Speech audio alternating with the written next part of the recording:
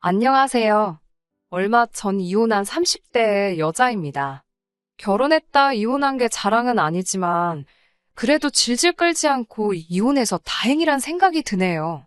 대학교와 대학원에서 컴퓨터공학을 전공하고 졸업 후에는 모 기업의 연구원으로 일하게 되었습니다. 제 입으로 이런 말을 하기가 남사스럽기는 하지만 제가 일에 대한 욕심이 있는 편입니다. 그래서 남들이 귀찮다거나 까다로워서 피하는 일들도 자처해서 도맡아 하곤 했네요. 그래서인지 금방 업무 능력과 책임감을 인정받아 다른 사람들보다 좀 빨리 승진을 했어요. 그렇게 제가 선임연구원이 되었을 때 남편을 만났습니다. 당시 남편은 회사에 들어온 지 3개월밖에 안 된 신입이었습니다. 보통이라면 남편과 제가 같이 일할 만한 기회가 없었는데 갑자기 제가 추진하던 프로젝트에 팀원이 한 명 더 필요하게 되었습니다. 그때 다른 동료의 추천으로 남편이 저희 팀에서 합류하게 되었어요. 솔직히 그때는 남편이 일하는 자세라든가 별로 마음에 들지는 않았어요. 그렇지만 사람 한 명이 아쉬운 상황에서 제가 퇴짜 넣을 그게 안 돼요. 어쩔 수 없이 가르치면서 함께 일을 해야만 했습니다. 사실 저는 누구한테 의지를 하는 성격이 아닙니다. 어떻게든 제 힘으로 해내야만 직성이 풀리는 성격이거든요. 그래서인지 다른 사람이 별다른 노력 없이 저한테 의지를 하는 것도 불편하고 부담스럽습니다. 하지만 남편과 함께 일해보니 단지 남에게 기대서 대충 넘어가려는 게 아니라 열심히 노력도 하는 것 같았어요. 그러면서 저에게 도움을 요청하니까 시간이 갈수록 남편이 기특하고 장해서 하나라도 더 가르쳐주게 되었습니다. 남편도 제 그런 마음을 읽었는지 열심히 배우고 따라와 주더라고요. 그래도 이때까지는 이런 남편에게서 이성으로서 남자로서 매력을 느끼지는 못했습니다. 솔직한 마음으로 아끼는 남동생을 챙겨주는 누나의 마음이었던 것 같아요. 그렇게 몇 달 동안 진행한 프로젝트도 끝나고 약간의 휴식기가 주어졌던 시기였습니다. 부모님께서 선자리를 만들어 주신 적이 있습니다. 그러나 말씀드렸다시피 저는 일에 대한 열정이 있었기 때문에 결혼하고 싶은 생각이 별로 없었어요. 친정 부모님은 그런 저를 이해하지 못하셨고 그저 제가 하루빨리 좋은 짝을 만나서 아이도 낳고 그렇게 살기를 바라셨습니다. 그래서인지 언젠가부터 주말만 되면 선자리를 잡아오시더라고요. 그렇게 한 3명을 만났지만 별다른 진전은 없었습니다. 그러다 하루는 회사 휴게실에서 남편을 우연히 마주쳤고 이런저런 이야기를 나누게 되었습니다. 남편이 저에게 요새 날씨도 좋은데 이번 주말에 뭐 하냐고 묻길래 선 보러 간다고 선 보는 것도 너무 지겹다고 지나가는 말처럼 이야기를 했습니다. 그런데 남편이 깜짝 놀라면서 선을 보냐고 하더군요. 그래서 그렇다고 하니 그러면 혹시 지금 잘 돼가는 사람도 있냐고 묻기에 그런 걸 왜 묻냐고 없다고 대꾸했어요. 그랬더니 저를 갑자기 전에 없던 눈빛으로 뚫어지게 바라보다가 그럼 저랑 만나요 이러더군요. 그래서 주말에 만나자고 이렇게 물으니 아니요. 우리 사귀자고요 이러더군요. 생각지 못했던 일이었기에 일터에서 누구 안 사귄다고 일에 지장 줄 수 없다고 딱 잘라서 대답했습니다. 하지만 남편은 포기하지 않고 생각해보고 대답해달라고 하더군요. 사실 저도 남편에게 어느 정도 호감은 있었기 때문에 번번이 모르는 남자들 앞에서 자기소개하듯 나갈 바엔 남편과 한번 만나볼까 싶기도 했습니다. 결국 남편의 고백을 받은 지 3일 후에 제가 사귀어보자고 했고 그렇게 저희는 결국 연인 사이가 되었습니다. 나이로는 동갑이었지만 회사에서는 제가 엄연히 더 높은 직급이기 때문에 저는 남편을 모모시라고 불렀고 남편은 저를 직함으로 불렀습니다. 하지만 저는 이게 이상하다고 생각해 본 적은 한 번도 없어요. 제가 먼저 사회생활을 시작했으니 당연한 일이죠. 하지만 남편은 저와는 달리 생각을 했던 것 같습니다. 문제가 발견된 건 본격적으로 결혼 이야기가 나오면서예요. 반년 정도 만났을 무렵 남편이 저에게 결혼하자고 하더라고요. 결혼 생각도 없었는데 얼떨결에 연애를 시작하게 되었고 남편에게 청혼까지 받으니 얼떨떨했지만 당시 남편에 대한 제 사랑은 한 번도 느껴보지 못한 감정이라고 표현해도 될 만큼 진실했기에 거절할 이유가 전혀 없었습니다. 저는 남편의 청혼에 좋다고 승낙을 했고 그때부터 일이 진행되기 시작했습니다. 시댁에 처음 간 날이었습니다. 남편은 중학교 시절 부모님 2분을 다 교통사고로 잃었다고 했습니다. 그 이후로는 남편보다 7살 많은 누나가 많이 보살펴 주었다고 했고요. 그러니 저에게 누나와 잘 지내면 좋겠다고 했고 제 입장에서도 당연히 그러고 싶었습니다. 하지만 그런 제 기대와 다짐은 첫 만남부터 산산이 부서져 버렸습니다. 당시 남편은 누나와 둘이 살고 있었기에 집으로 가는 것보단 좋은 곳에서 식사를 하는 편이 좋겠더라고요. 그래서 저희는 요즘 젊은이들 사이에서 유명한 퓨전 한정식 집으로 약속 장소를 잡았습니다. 신우는 식당이 마음에 들었는지 역시 내 남동생은 센스도 좋다면서 몇 번이고 감탄을 하더라고요. 사실 제가 고른 곳이었지만 남편도 굳이 정정하려 들지 않길래 누나 앞이라서 그런가 보다 하고 말았습니다. 그런데 그건 아무것도 아니더라고요. 신우와 이야기를 할수록 뭔가 신우가 잘못 알고 있는 것 같았습니다. 신우 말에 의하면 제가 대학교 졸업 후 작은 회사들을 전전하다가 힘들게 연구소에 입사했는데 일을 너무 못했대요. 그런 저의 허물을 감싸주고 덮어준 게 남편이었고요. 처음에는 무슨 말인지 잘 이해를 못해서 그냥 적당히 맞장구를 치며 머릿속에서 상황을 정리해보니 남편이 연구소 내 저와의 관계를 완전히 꾸며냈더군요. 저를 무슨 아무것도 모르는 여직원으로 묘사를 해놓고요. 일단은 적당히 신우의 말에 호응을 해주다 신우가 잠깐 자리를 비운 사이에 남편에게 물었습니다. 이게 다 무슨 소리야? 완전히 자기랑 내 상황을 반대로 꾸며놓은 거냐고 묻자 남편은 누나가 자기에 대한 기대가 너무 크기도 하고 누나 앞에서 어깨에 힘 좀 주고 싶어서 거짓말을 했다며 한 번만 눈 감아주면 안 되냐고 사정을 하더라고요. 저는 어이는 없었지만 그때만 해도 저도 남편을 많이 사랑했고 누나 앞에서 폼재고 싶은 동생의 마음이 이런 건가 싶기도 해서 딱 한 번만 눈 감아주기로 했습니다.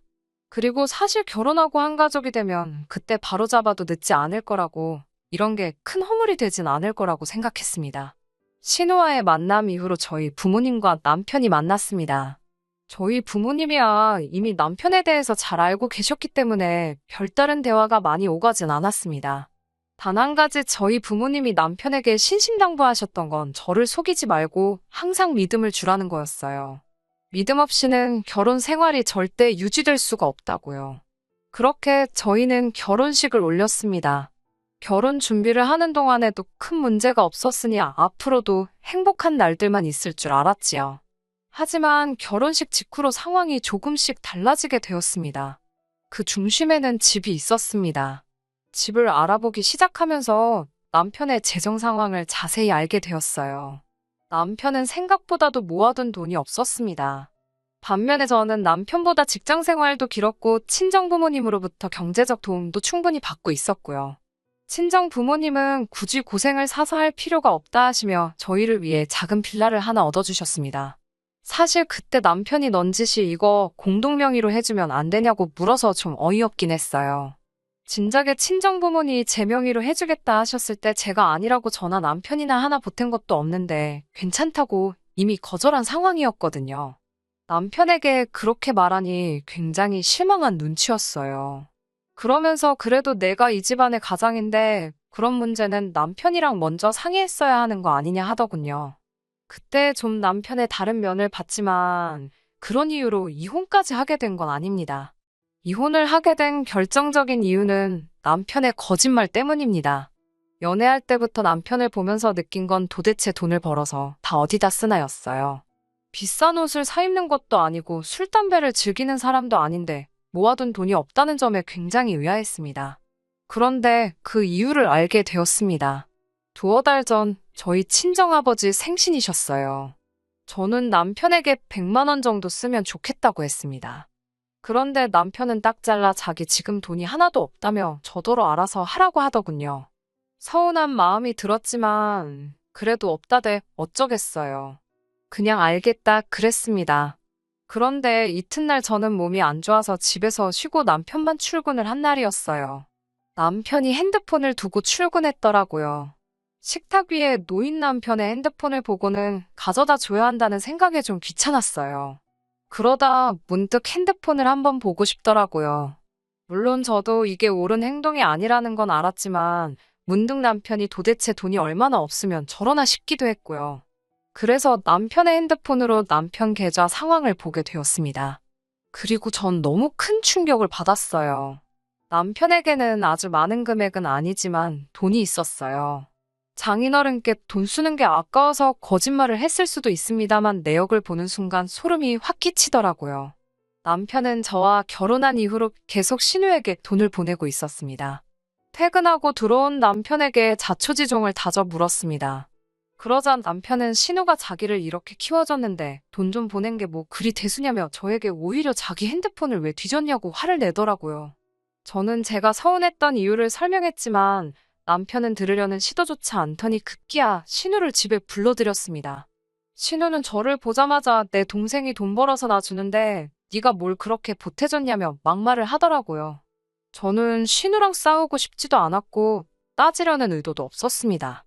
단지 왜 남편이 저와는 상의를 하지 않았는지 그게 서운했을 뿐인데 말이죠. 하지만 신우는 저에게 멍청하고 잘난 것도 없는 게 친정에서 이 코딱지만한 빌라 하나 해줬다고 지금 유세냐고 그러더군요. 그러자 남편이 나서서 신우에게 지금 우리 아내한테 무슨 소리를 하는 거냐며 내가 이러라고 누나 부른 줄 아냐고 당장 나가라며 신우를 내쫓아버렸습니다. 저는 그렇게 남편과 신우가 틀어지는 걸 바란 게 아니었기에 얼른 뒤쫓아가라고 했지만 남편은 자긴 이제 신우 안 보고 살 거라며 저만 있으면 된다고 하더군요. 저는 괜히 이 모든 상황이 저 때문에 벌어진 일 같아 미안하고 죄책감이 들었지만 동시에 남편이 저를 이렇게 소중하게 여겨주니 고마운 마음도 들었습니다. 남편과 신우 사이가 틀어지면서 남편이 저에게 숨긴 돈에 대한 이야기는 흐지부지 지나가 버렸습니다. 이미 지나간 일을 들추기도 뭐해서 그냥 더는 생각하지 않으려고 했습니다. 하지만 그로부터 몇 주 뒤 그러니까 얼마 전에 추악한 진실을 알게 되었습니다. 그날은 제가 두통이 너무 심해서 두통약을 먹고 잠에 들었어요. 그런데 약을 잘못 삼켰는지 어디 걸린 것처럼 갑갑해서 잠을 제대로 이룰 수가 없었습니다. 그런데 남편이 뒤척이는 소리가 나면서 손을 쓱 뻗어 제 코끝에 가져다 대는 거예요. 마치 제가 자는지 안 자는지 확인하는 듯이요. 저도 모르게 눈을 꼭 감고 자는 척을 했고 남편은 조심스레 핸드폰을 들고 베란다로 나가는 것 같았어요. 저는 온 신경을 곤두세우고 남편이 누구랑 통화하는지 엿듣게 되었습니다. 그런데 잘 들어보니 상대가 신우였어요. 신우는 남편에게 저에 대해서 묻는 것 같았고 남편은 그런 신우에게 완전 바보야 아무것도 몰라 내가 누나랑 연 끊었다고 믿는다니까 라며 낄낄 웃더라고요. 제가 얼마나 죄책감을 갖고 있는지 남편은 뻔히 알면서도 누나랑 다시 잘 지낸다는 말을 안 해줬던 거예요. 전 당장이라도 지금 그게 무슨 소리냐고 다져붙고 싶었지만 꼭 참았습니다. 남편이 출근하면 방이라도 뒤져봐야겠다 생각했거든요. 그리고 다음날 남편은 아무렇지도 않다는 듯 출근을 했고 저는 고민 끝에 신우에게 단도직입적으로 물어보는 편이 낫겠다 싶어서 전화를 걸었습니다. 신우에게 만나자고 하니 쉽게 그러자 하더라고요. 그렇게 시내에 있는 카페에서 신우를 만났습니다. 신우는 왜 잘못했다고 빌기라도 하려고 그러냐면서 절 비웃고 있었습니다. 제가 혹시 저희 남편하고 연락하시냐 하니까 너 때문에 못하는 알면서 누구 염장 지르냐고 짜증을 내더라고요. 제가 어제 둘이서 통화하는 거 다 들었다고 하니까 어이없다는 듯이 그럼 지금 뭐 확인이라도 하려고 나를 부른 거냐 따지더라고요. 그러면서 저에게 넌 나한테 상대가 안 된다면서 네가 아무리 내 동생이랑 결혼했어도 걔한텐 내가 1등이야 라면서 제 앞에서 보란 듯이 남편에게 전화를 걸더군요. 신우는 남편에게 아무래도 이렇게 사는 건 아닌 것 같다고 네 아내한테 공동명의 안 해줄 거면 이혼한다고 세게 나가보라고 하니까 남편은 주저하는 기색도 없이 알겠어 한번 해볼게 이러는 거예요. 그리고 전화를 끊기가 무섭게 저한테 다시 전화가 걸려오더니 저한테 신우가 시킨 대로 다짜고짜 공동명의를 하던지 아니면 신우한테 잘못했다고 하고 숙이고 들어가던지 선택을 하라고 하더군요. 그제서야 저는 모든 걸 눈치챌 수 있었습니다. 처음부터 남편과 신우가 작당모의를 하고 저를 속이려고 했다는 사실을요. 남편이 도대체 정확히 왜 그런 건지 이유는 알 수 없었지만 적어도 저를 속였다는 건 확실했고 그런 남편에게 더 이상 어떤 기대도 희망도 없었습니다. 그래서 이혼을 하게 되었네요. 이혼하기까지 쉽지는 않았습니다. 남편은 저에게 남매끼리 좀 친한 걸 가지고 유난이라면서도 제가 상처받았다면 미안하다고. 자기는 단지 누나에게 자랑스러운 남동생이고 싶어서 그런 것뿐이라며 어떻게든 상황을 모면하려고 하더군요. 하지만 남편이 오히려 그렇게 어물쩍 상황을 넘기려고 할수록 저는 더 화가 났고 남편에게 한 번만 더 귀찮게 하면 인생 끝장날 줄 알라고 경고를 했습니다. 그러자 다시 한번 나서서 신호가 어디 하늘 같은 남편이자 직장 선배한테 개기냐는 말도 안 되는 소리를 짓거리더군요. 저는 결국 연구소에다 남편을 내보내든지 아니면 제가 이직하겠다고 엄포를 놓았습니다. 제가 이래봬도 이쪽 분야에서는 능력을 인정받아서 오라는 회사들이 몇 곳 있었거든요. 연구소 입장에서는 남편 때문에 저를 놓치는 건 엄청난 손해였기에 결국 남편은 유배나 다름없는 오지에 발령이 났고 그제서야 사태 파악을 한 남매가 제게 찾아와 이렇게까지 할 필요 있냐며 거듭 사과를 하더군요. 전 아랑곳하지 않고 남편도 신우와 함께 살던 집으로 돌려보냈고요. 지금은 속이 후련합니다. 지금 생각해보면 남편은 자격지심에 쩔어 있었던 것 같아요. 그러니 말도 안 되는 허풍과 거짓말로 자신을 감추려고 했던 거겠죠. 왜 진작에 그런 사람인지 몰라봤던 건지 솔직히 지금도 생각하면 시간을 돌리고만 싶습니다. 그래도 저는 이건 아닌데 라는 걸 알았을 때 결단을 내릴 수 있는 힘이 있었네요. 여러분도 용기가 없어서 이게 아닌데 싶은데도 끝맺지 못하는 일이 있으시다면 하루빨리 결정을 내리고 저처럼 후련하고 개운하게 생활하시면 좋겠습니다. 끝까지 들어주셔서 감사합니다. 오늘의 사연은 여기까지입니다. 구독과 좋아요, 알람 설정 부탁드리고 더 좋은 사연으로 다시 찾아뵙겠습니다. 감사합니다.